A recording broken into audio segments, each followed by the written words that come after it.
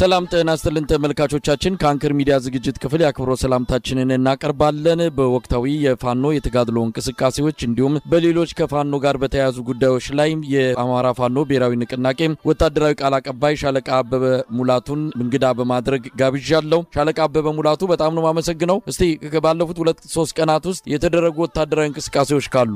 አመሰግናለሁ ጋዜጠኛ መሳይ። በቅድሚያ ይሄንን ቃለ መጠይቅ ለዓለም አቀፉ ማህበረሰብና ለሚዲያዎች እንዳደርስ ስለጋበዝከኝ በታላቁ የአማራ ህዝብ ስም እንዲሁም በድርጅቱ የአማራ ፋኖ ብሔራዊ ንቅናቄ ስም እንዲሁም በጀግኖች ሰማዕታት ስም ላቅ ያለ ምስጋናዬን አቀርባለሁ። በአምስቱም ማዕዘን በጎንደር ጠቅላይ ግዛት በላይ እዝ፣ በጎጃም ጠቅላይ ግዛት ቴዎድሮስ እዝ፣ በወሎ ቤት አማራ ወሎ ጠቅላይ ግዛት ምኒልክ እዝ እንዲሁም በሸዋ ጠቅላይ ግዛት ሳምነው እዝ፣ በወለጋ ቢዛማንሻ ሰይድ እዝ በኩል በርካታ ትንቅንቆች እየተደረጉ ያለበት ሁኔታ ነው ያለ። ሳምንቱን ሙሉ እንደው አብነት እንኳን የትናንትናውን ጠቀስ ሳደርግ በሁሉም ቀጠናዎች ላይ ሁሉም እዞቻችን በእዙ ስር የሚገኙ ኮሮችና ክፍለ ጦሮች የጠላትን እንቅስቃሴ በንስር አይን እየተመለከቱ የጠላትን መግቢያ መውጫ እያሳጡት ያለበት ሁኔታ ነው ያለ። ለአብነት እንኳን ጠቀስ ባደርግ በትናንትናው ዕለት የአማራ ፋኖ ብሔራዊ ንቅናቄ ጎንደር ጠቅላይ ግዛት በላይ እዝ በዚህ እዝ ስር የሚገኙ ኮሮችና ክፍለ ጦሮች በጠላት ኃይል ላይ የተቀናጀና የተጠና ወታደራዊ እርምጃዎች በመውሰድ ከፍተኛ ሰብአዊና ቁሳዊ ኪሳራ አድርሰዋል። ዝርዝር ግንባር ውሎች እንደሚከተለው እንግዲህ የትናንቱን ማለት ነው እንደሚከተለው አቀርበዋለሁ። ነሐሴ 6 ቀን 2018 ዓ.ም ማለት ነው። ጎንደር በመገጭ ግድብ ዙሪያ የተካሄደ አውደ ውጊያ ስንመለከት ጎንደር ጠቅላይ ግዛት በላይ ዘለቀ እዝ ዳግማዊ ቴዎድሮስ 5ኛ ኮር ጎንደር የበጋሻው ክፍለ ጦር ከአጼ ፋሲለደስ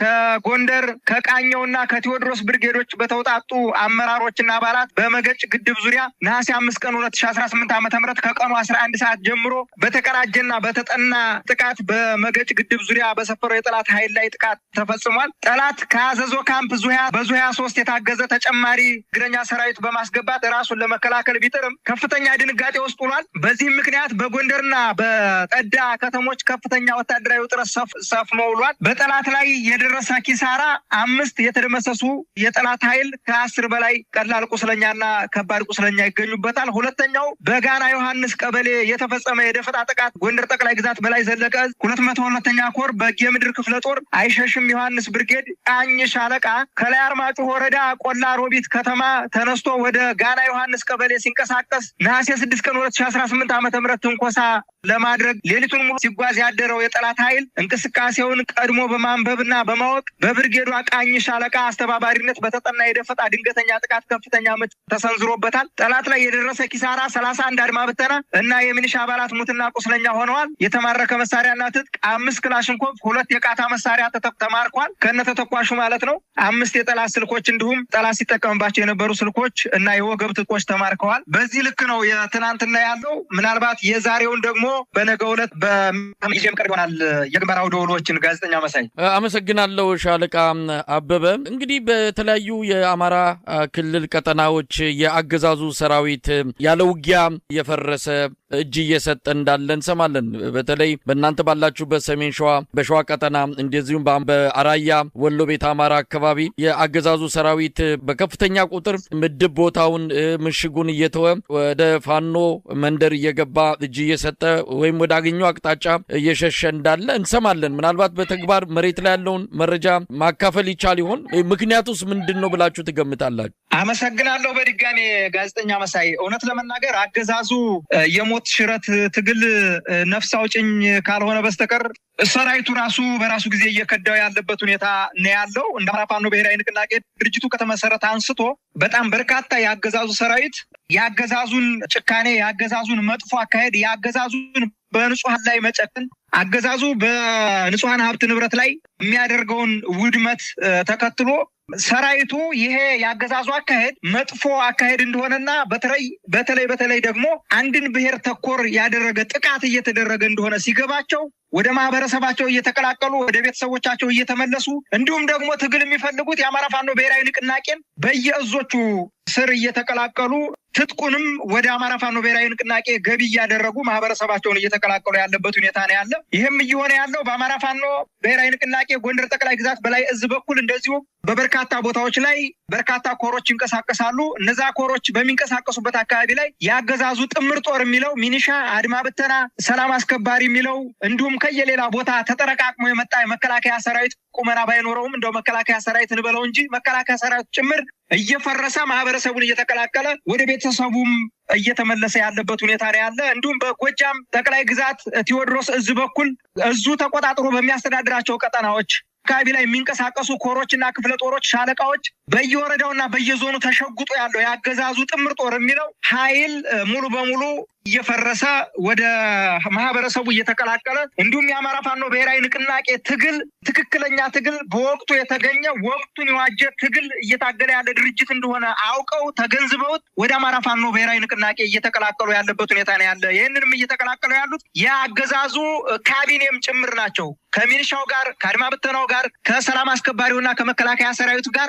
ወደ ህዝባቸው ወደ ማህበረሰባቸው እየተቀላቀሉ ያለበት ሁኔታ ነው ያለ። የገባቸው ያልገባቸው ደግሞ ቀጥለው ይመጣሉ። እንዲሁም በወሎ ጠቅላይ ግዛት ሚኒሊክ እዝ በኩል እንዲሁ በተመሳሳይ በራያ ግንባር ላይ ከፍተኛ የሆነ ጭንቀት አድሮበት አገዛዙ ገና ጦርነት ሳይጀመርበት የአገዛዙ ሰራዊት እየፈረሰ ወደ ማህበረሰቡ እየተቀላቀለ ያለበት ሁኔታ ነው ያለ። ለአብነት እንኳን ጠቀስ ማድረግ ወደ ሸዋ መጥቼ ሸዋ ላይ የአማራ ፋኖ ብሔራዊ ንቅናቄ ሸዋ ጠቅላይ ግዛት አሳምነው እዝ በሚያስተዳድራቸው ቀጠናዎች ሙሉ በሙሉ የአገዛዙ ኃይል ሚኒሻ በለው አድማ ብተና በለው ጥምር ጦር የሚላቸው አጠቃላይ እየሰበሰበ ያመጣው መከላከያ ሰራዊት አገዛዙ በንጹሃን ላይ እያደረገ ያለው ጭፍጨፋ፣ በሴቶች እህቶች ላይ እያደረገ ያለው ደፈራ፣ በተለይ በከፍተኛ የጦር መኮንኖች በጀነራሎችና በኮሎኔሎች በሻለቃ አመራሮች የሚደረገው አማራ ተኮር የሆነ ጥቃት፣ በሴቶች ላይ ያለውን ጥቃት፣ አማራ ተኮር የሆነ ሀብት ንብረት ውድመት፣ እነዚህን ሲያይ ሰራዊቱ በከፍተኛ ሁኔታ እየተናደ ያለበት ሁኔታ ነው ያለ። ለአብነት እንኳን ላንሳ ያልኩ ምንም እንኳን ጦርነት በሌለበት ምንም እንኳን መስዋዕትነት ሳይከፍሉ ምንም ጦርነትና መስዋዕትነት በሌለበት የአገዛዙ ጦር በመረጃና ደህንነት እንግዲህ በእዙ መረጃና ደህንነት አማካኝነት እንዲፈርስ እየተደረገ ማህበረሰቡን እየተቀላቀለ ያለበት ሁኔታ እንዳለ ነው ጠቆም ማድረግ እንፈልገው።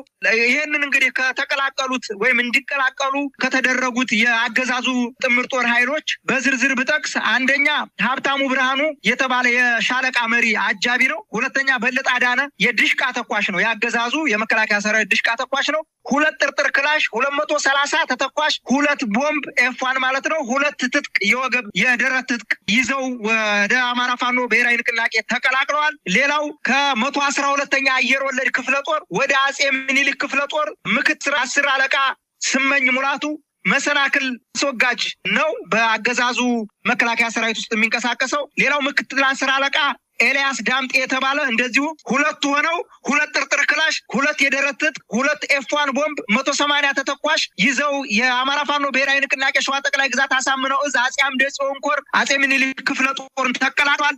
ከቅንዱ ቸሩ ስናይፐር ተኳሽ ነው። ይስሐቅ ፈቃዱ ደሽቃ ተኳሽ ነው። እነዚህ 2ቱ ራስ አበበ አረጋይን የተቀላቀሉ ሲሆኑ 3 ኤፍ1 ቦምብ ይዘዋል። 1 ሳንጃ ጩቤ ይዘው የራስ አበበ አረጋይ ክፍለ ጦርን ተቀላቅለዋል ማለት ነው። ሌላኛው አጼ አምደ ጽዮን አጼ ዳዊት ክፍለ ጦርን የተቀላቀሉ ከ101ኛ አየር ወለድ ክፍለ ጦር 5ኛ ሻለቃ የተቀላቀሉት መሰረታዊ ወታደር ኤልያስ ጸጋዬ እንዲሁም መሰረታዊ ወታደር ጊዜው የማታ የሚባል መሰረታዊ ወታደር ነው። ጊዜው የማታ የሚባል 2 ጥርጥር ክላሽ 4 ቦምብ 2 ትጥቅ 440 ተተኳሽ ይዘው አጼ አምደ ጽዮን ኮር አጼ ዳዊት ክፍለ ጦርን መቀላቀል ችለዋል። ሌላኛው ከ112ኛ አየር ወለድ ክፍለ ጦር ወደ ንጉሥ ሳህለ ስላሴ ክፍለ ጦር የተቀላቀሉ ናቸው። በአማራ ፋኖ ብሔራዊ ንቅናቄ ሸዋ ጠቅላይ ግዛት አሳምነው እዝ አጼ አምደ ጽዮን ኮር ንጉሥ ሳህለ ስላሴ ክፍለ ጦርን የተቀላቀሉት 2 ለደህንነታቸው ስማቸው ያልተጠቀሱ 2 ክላሽንኮቭ 2 ትጥቅ 3 ቦምብ 175 ተተኳሽ ይዘው ንጉሥ ሳህለ ስላሴ ክፍለ ጦርን ተቀላቅለዋል። ሌላኛው ከ111ኛ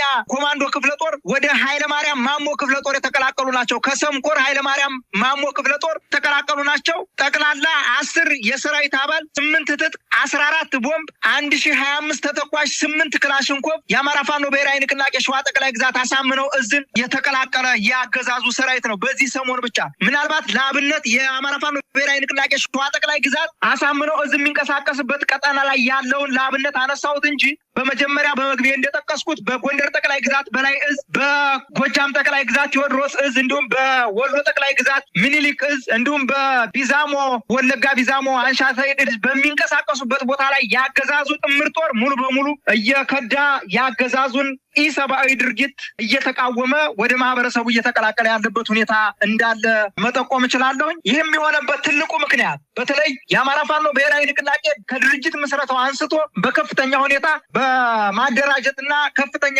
ኃይል በማደራጀት በተለያዩ አውደ ግንባሮች ላይ አውደ ውጊያዎች ላይ ያገዛዙ ጥምር ጦር ከፍተኛ የሆነ ምት እየደረሰበት ስለሆነ እንደማያሸንፍ ሙሉ በሙሉ ጠንቅቆ ስለሚያውቀው በተለይ መሬት ላይ ያለው እግረኛ ሰራዊት የአማራ ፋኖን ትግል አሳረኛው ፋኖን ትግል ሊቋቋመው እንደማይችልና ሊያሸንፈው እንደማይችል 100% እርግጠኛ የሆነው ያገዛዙ እግረኛ ሰራዊት ሙሉ በሙሉ እየፈረሰ ያለበት ሁኔታ ነው ያለ። አገዛዙም አየር ላይ በሚባል ሁኔታ እየተወራጨ ያለበት ሁኔታ እንዳለና በከፍተኛ ስጋት ውስጥ መግባቱ ያገዛዙ ጥምር ጦር እየከዳ ያለበት ሁኔታ እንዳለና በከባድ ጭንቀት ውስጥ መሆኑን መጥቀስ ፈልጋለሁኝ።